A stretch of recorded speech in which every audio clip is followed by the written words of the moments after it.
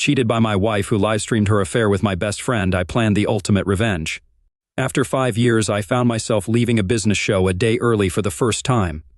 I work for a telecommunications company, and each year we engage in 3 business shows held in different cities around the country, each lasting 5 days.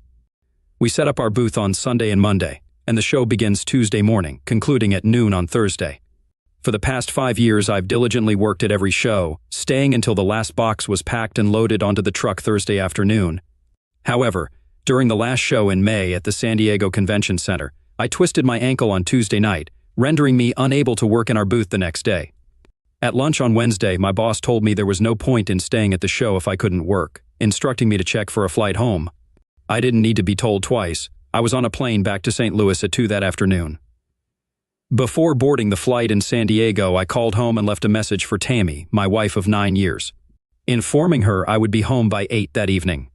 Tammy had been upset with me about something before I left on the trip, but she didn't want to discuss it at the time, suggesting we deal with it upon my return. Despite disliking the sprained ankle and my boss telling me to go home before the conference was over, I was glad to be getting home early to find out what was bothering my wife. When my taxi stopped in front of the house, I noticed a black Cadillac in our driveway. I didn't know anyone who drove a Cadillac, and it bothered me a little that Tammy would have company at the house when she knew I was coming home. I thought she would be anxious to discuss whatever problem she thought we had. Entering the front door, I heard voices in the family room. Stepping into the kitchen and peeking into the family room, I got the shock of my life. Tammy was sitting on the sofa with my best friend, Chad Williams. This itself was not the shock. The fact that Tammy's blouse was unbuttoned was what struck me so hard. Tammy and Chad hadn't seen me yet. As I walked through the kitchen and stood at the edge of the family room, I exclaimed, questioning the situation unfolding before me. Tammy, taken aback by my sudden appearance, inquired about my unexpected return. Her expression, and the fact that she didn't bother concealing the unbuttoned blouse, hinted at an odd anticipation of this moment. I further inquired about the situation, seeking an explanation. Tammy, wearing a smile, assured me that it wasn't what I thought. As I grappled with the surrealness of the moment, the pain in my ankle served as a harsh reminder, dispelling any doubts about the reality of the situation. During my brief time in the room, Chad remained motionless, staring at me with an amused expression. I had reached my limit. Despite Chad's size and the pain in my ankle, I was determined to eject him from my house.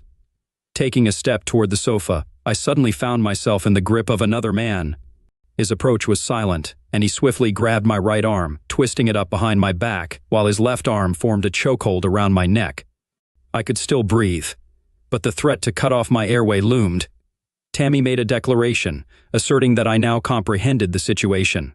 She revealed that they had been anticipating my arrival to initiate their peculiar celebration. Chad had divulged details about my actions at business shows, prompting Tammy to question if I thought she would never uncover my indiscretions, or if I believed she wouldn't be affected. She expressed her hurt and intentions for revenge, outlining a plan to derive pleasure from Chad and Tyrone while I observed. My attempts to explain were thwarted as the man restraining me covered my mouth and nose. The smell overwhelmed me, and soon I felt consciousness slipping away. I awoke tied spread eagle to the bed in the guest bedroom, my injured ankle throbbing as if pressed against a hot iron. Speaker wires secured my wrists and ankles tightly, cutting off circulation.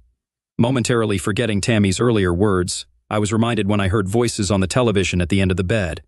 Looking at the screen, I saw Tammy sitting undressed with Chad. Tammy, addressing the camera, expressed her hope that I was awake. She intended to showcase a significant tool she planned to enjoy. Chad was granted the initial opportunity due to his revelation of my infidelity and assistance in orchestrating the situation. Tammy then summoned Tyrone to display his own impressive tool. Tyrone, the man who had seized me, joined in and wished me to appreciate the upcoming spectacle. He mentioned the recording of the event, allowing me the option to watch it repeatedly at my leisure. At that moment, I cared little about Tammy's actions. Our marriage was over. My priority was freeing myself from the bindings, concerned about the lack of blood circulation to my hands and feet. Uncertain of when Tammy and her friends would finish, I wasn't willing to wait. I began pulling with my left leg, enduring the pain, pausing for seconds, and then repeating the process. After several attempts, I gave one hard yank and the wire snapped. Observing a bleeding left ankle, the injuries appeared manageable. Following that, I attended to my right leg, a more challenging task due to the sprained right ankle. Breaking the wires on my right leg resulted in substantial skin tearing, leading to significant bleeding. With liberated legs, I eased the strain on my arms, but the wire knots resisted loosening. Armed only with my teeth, I attempted to break the wires binding my wrist, mirroring the process used on my ankles. Upon freeing my right wrist, it bled nearly as profusely as my right ankle. Having both legs and my right arm free, I easily broke loose from the last of my bindings.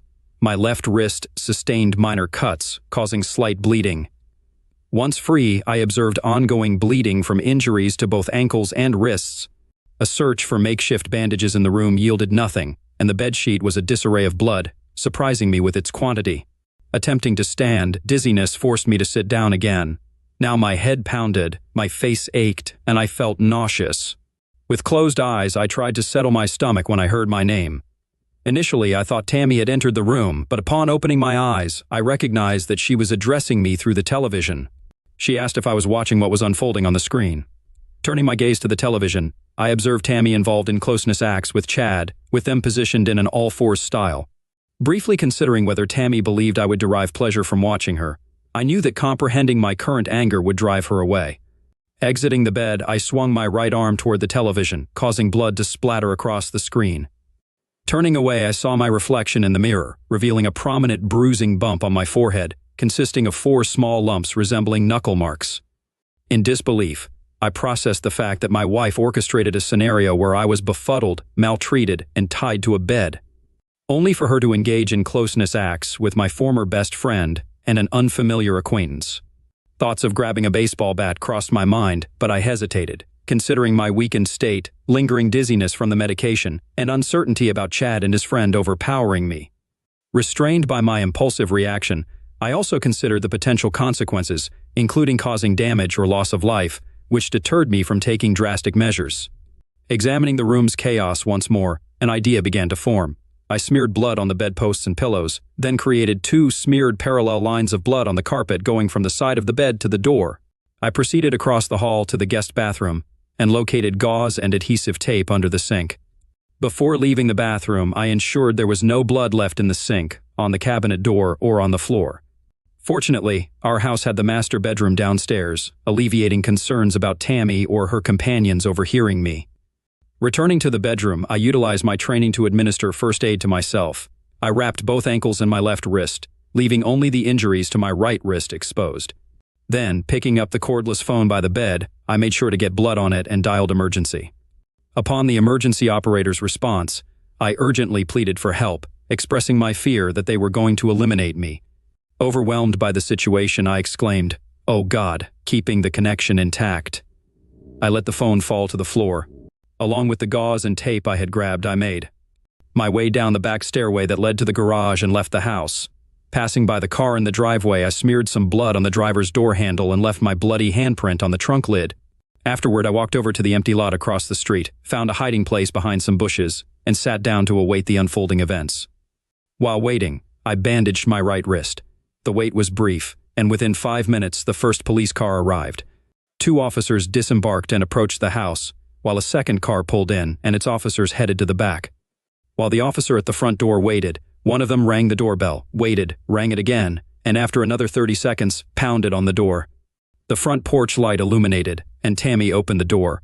From my vantage point, it seemed like she might have been startled when she saw the police at the door, though I was too far away to discern her expression. The officers informed her about the emergency call from the address a few minutes ago and inquired about the nature of that call. Tammy denied any knowledge of the emergency call and insisted she was alone in the house. The officers pressed further, not accepting her response. Tammy maintained that she was home alone, explaining that her husband was out of town at a business show. However, Tammy's situation took a turn for the worse when the 2 officers returning from the back revealed Chad and Tyrone in custody. The officer holding Chad declared, "Look who we found sneaking out the back door." Witnessing Chad and Tyrone, Tammy seemed to lose her composure, sliding down against the door casing until she sat on the floor. An officer assisted Tammy to her feet and escorted her back inside. Meanwhile, the other officers ushered Chad and Tyrone into the house. Unfortunately, I couldn't witness the events inside, but imagined the scene when the police opened the door to the guest bedroom, revealing the mess. The shocked look on Tammy's face upon discovering my absence would be priceless. Yearning to sneak across and get into the car's trunk, I refrained from risking visibility. 10 minutes of silence passed, followed by a crescendo of noise and confusion. 2 more police cars arrived with sirens and lights. Subsequently, Chad and Tyrone were let out in handcuffs, vehemently arguing they did nothing to the woman's husband. The pair was placed in the back seat of separate cars and driven away. Meanwhile, police officers closely inspected the car in the driveway. The blood on the driver's door handle was swiftly noticed, followed by the discovery of blood on the trunk lid. An officer retrieved the car keys from Tyrone's car and opened the trunk. I truly wished I could have been in the trunk when he opened it, but as it turned out, it didn't matter. The officer inspecting the trunk called another officer over, and then a third. "We have weapons and medications here," the officer called out to A, plainclothes officer who had just arrived on the scene. 3 Mac 10 seconds and about a kilo of what appears to be cocaine. Over the next 20 minutes, I observed as the police photographed the trunk contents of Tyrone's car and had the car towed away. The 2 cars carrying Chad and Tyrone left, and shortly afterward, Tammy emerged from the house in handcuffs, placed into a patrol car, and driven away. Police officers remained in the house, and I watched as they secured the front door with crime scene tape. I decided then that it was time for me to leave. I walked through the empty lot to the street behind, and then, keeping to the shadows, I walked the 10 blocks to a shopping center with a McDonald's restaurant.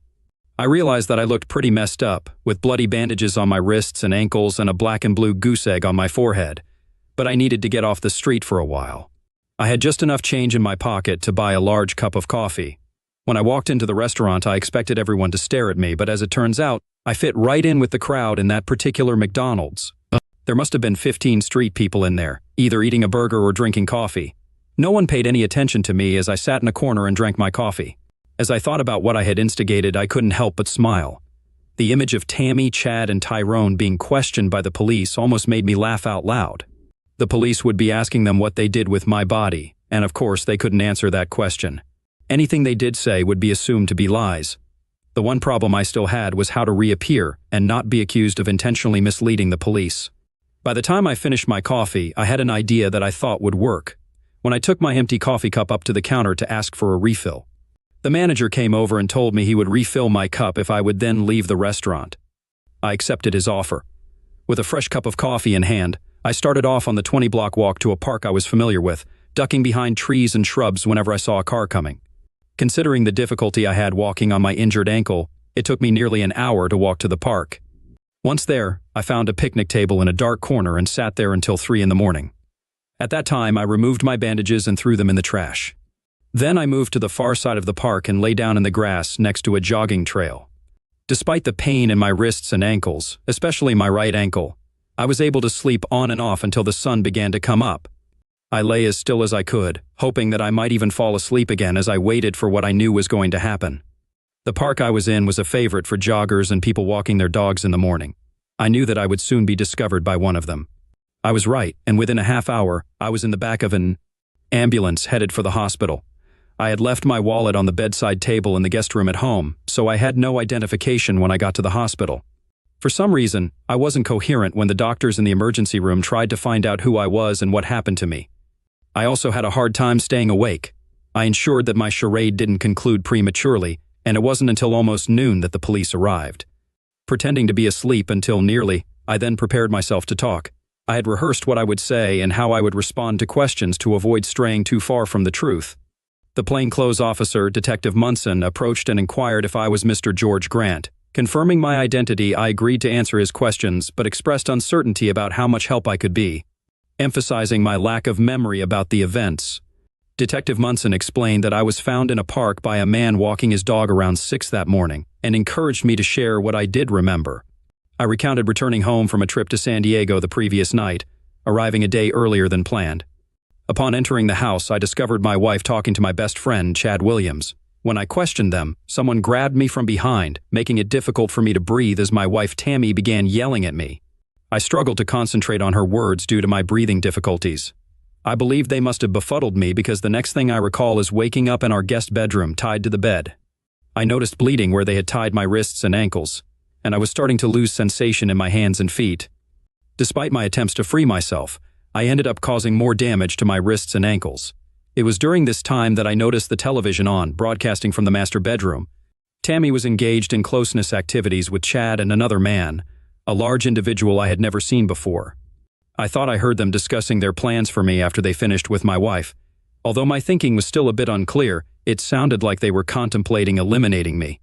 I believed they were assaulting Tammy and that the intention was to eliminate both of us.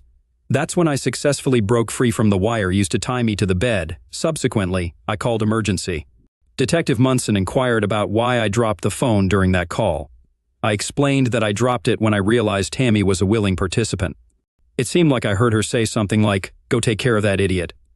Fearing for my safety, I decided to attempt an escape from the house. However, I don't remember anything after that, even though I obviously managed to get out. Detective Munson inquired if I recalled anyone hitting me, to which I responded that I didn't think so. But much of what happened was still a little hazy. Curious about my wife's perspective, I asked Munson what Tammy was saying about the incident. He relayed that she claimed to have found out about my alleged infidelity during my business trips and wanted to teach me a lesson. According to her, I wasn't supposed to be injured, and they planned to release me once she had sought her revenge. Intrigued, I asked if she mentioned where she got the idea that I cheated. Munson explained that she said Mr. Williams told her about it, referring to me as a stupid pig. I expressed frustration that the only evidence she had of my alleged affair came from one person, the very person with whom she chose to seek revenge. I questioned Tammy's judgment, stating that I believe she was smarter than to fall for such manipulation. Munson continued, and I confirmed that I had never cheated on my wife. I asserted that she could have easily asked me about it, and I could have proven that I hadn't cheated. Detective Munson asked me a few questions to clarify some points, but he didn't challenge anything I had said. I was released from the hospital the following day. Upon returning home, there was a message on our answering machine from Tammy. She pleaded with me to come down to the police station and tell them it was all a misunderstanding. She needed me to post her bail so she could get out. I deleted the message and grabbed a beer from the refrigerator. The phone rang again, and it was Susan Crawford, Tammy's best friend. Susan, a divorcee, had been caught cheating by her husband, who promptly kicked her out. I never liked Susan and didn't appreciate her influence on Tammy. Somehow, I knew she played a role in Tammy's actions. Susan urgently insisted on talking to me, so out of curiosity, I invited her over. She arrived an hour later and informed me that she had spoken to Tammy. According to Susan, Tammy was at her parents' house and accused me of cheating on her during my business trips. I vehemently denied the accusation, emphasizing that I had never cheated on her.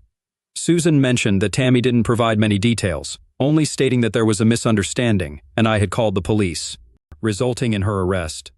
In response, I recounted the same details to Susan that I had shared with Detective Munson, as most of it was the truth. Susan pretended to be shocked, but she didn't turn against Tammy. She expressed disbelief, stating that such behavior was unlike Tammy and suggested that she might be going through some kind of breakdown. Curious about my intentions, Susan asked if I planned to talk to Tammy and give her a chance to explain her side of things. I responded that I might consider it, but I questioned why Tammy hadn't given me the same consideration. If she thought I was behaving improperly, why didn't she discuss it with me before taking such drastic actions? I inquired if Tammy had spoken to Susan about the situation, to which Susan replied in the negative, affirming that if Tammy had, she would have advised her to talk to me about it. I didn't believe that for a minute. I was pretty sure Susan didn't think highly of me, so I doubted she would have objected to Tammy's revenge plan. Susan mentioned that she didn't know what got into Tammy and advised me not to do anything until I had all the facts. I assured her that I wouldn't take any hasty actions. Susan kissed me on the mouth and asked if there was anything she could do to help me. Despite being certain of her intentions, I feigned ignorance and told Susan that she had already been a great help. I explained that I just needed some time alone. After Susan left, I promptly contacted a lawyer and scheduled an appointment for that afternoon at 2 with Brian L. Townsend III. During the meeting, I briefly outlined Tammy's actions and expressed my desire for him to initiate divorce proceedings against her without delay. I conveyed my preference for serving her with the divorce papers the very next day. Mr. Townsend, expressing concern, asked if I was sure I wanted to proceed so quickly, before having all the facts. He suggested taking more time to think about it, citing his experience in handling divorces and the potential for saving marriages if couples spent more time considering their decisions. I acknowledged Mr. Townsend's suggestion, agreeing that perhaps I should give the situation more time. Expressing satisfaction, he was glad that I was willing to consider waiting. I suggested postponing the service of divorce papers on Tammy to the day after tomorrow, deviating from my initial plan to serve them the next day. Mr. Townsend appeared a bit perplexed, questioning the change in timeline and expressing concerns about moving too fast. In response, I asserted that if he wasn't willing to act promptly on my behalf, I could easily find another lawyer who would. Mr. Townsend acquiesced, agreeing to have the papers served on my wife the day after tomorrow. I provided him with Tammy's location at her parents' house and her work address for the legal proceedings. Upon leaving his office, I felt numb except, of course, for my right ankle, which was still hurting like a son of a weapon. Right after leaving Mr. Townsend III's office, I went to the bank and closed all of our joint accounts and canceled our joint credit cards. Then I opened new accounts in my name only. I knew that eventually I would probably have to give her half of the money, but I was going to make her work for it. Over the next couple of weeks, Tammy attempted to contact me multiple times at both work and home, but I chose not to answer any of her calls. Eventually, my lawyer informed me that Tammy intended to contest the divorce unless I agreed to a meeting where she could present her side of the story. I informed Mr. Townsend III that I needed some time to consider this. After more than a month, I contacted Mr. Townsend III again to inquire if Tammy still insisted on a meeting before agreeing to the divorce. He expressed surprise at the delay and promised to check with her attorney. Later that day, Mr. Townsend III informed me that Tammy indeed still wanted a meeting. I provided instructions for Mr. Townsend III to convey to my wife. I told him to inform her that I would not agree to a face-to-face meeting. If she chose to contest the divorce, that was acceptable, but the proceedings would be put on hold until she was ready to agree to the divorce. During this period, we would remain legally married, but I would neither see nor speak to her. I emphasized the clarity of my stance, and Mr. Townsend III assured me that he would communicate my response to Tammy. The next day, I visited Chad's wife, Beverly. She invited me inside and offered a drink. As we sat on the sofa, she began apologizing for Chad's actions, but I interrupted her, stating that she wasn't responsible for what Chad did, just as I wasn't responsible for what Tammy did. I emphasized that they were accountable for their own actions. Beverly acknowledged my point, but expressed feeling bad about what had happened to me. She then suggested that we might find comfort in each other. I responded playfully, mentioning that I had always found her attractive and that had I met her when I was single, I might have asked her out. Before I could finish, Beverly leaned in and kissed me, expressing her interest in the idea. She led me to the bedroom, where we engaged in slow and deliberate lovemaking. Afterward, Beverly whispered into my ear that she would be open to getting together again for comfort and admitted that she loved what was happening between us. In the following week, I received a call from the district attorney's office. Andrew Hartley, the assistant DA handling the cases against my wife, Chad Williams, and Tyrone Mathers, inquired about my wife's attorney's statement that I might not press charges. I clarified that it was not correct and that I hadn't discussed the matter with anyone. I really don't know what I should do, I said. I know that my wife was involved in what happened to me, but I don't know if she had planned to have me befuddled and maltreated or to have me tied up. I think she did, but I can't prove that. I also don't know who tied me to the bed so tightly that I was losing circulation to my hands and feet. I'm not asking that any charges be dropped, I added. I'll leave it up to you to decide what to do with these people. In the end, everyone got what they deserved. Tyrone was convicted of assault and kidnapping, along with felony medication possession, and another felony for the weapons found in the trunk of his car. Chad pleaded guilty to assault, and Tammy pleaded guilty to conspiracy to commit unlawful restraint. Think they made that one up just for her.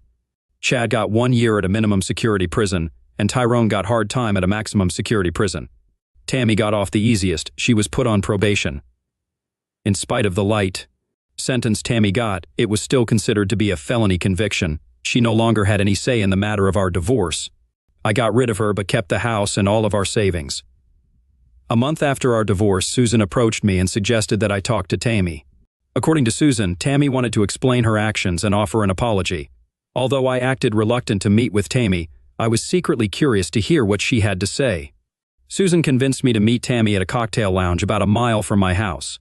As Tammy slid into the booth across from me, she expressed gratitude for my willingness to see her.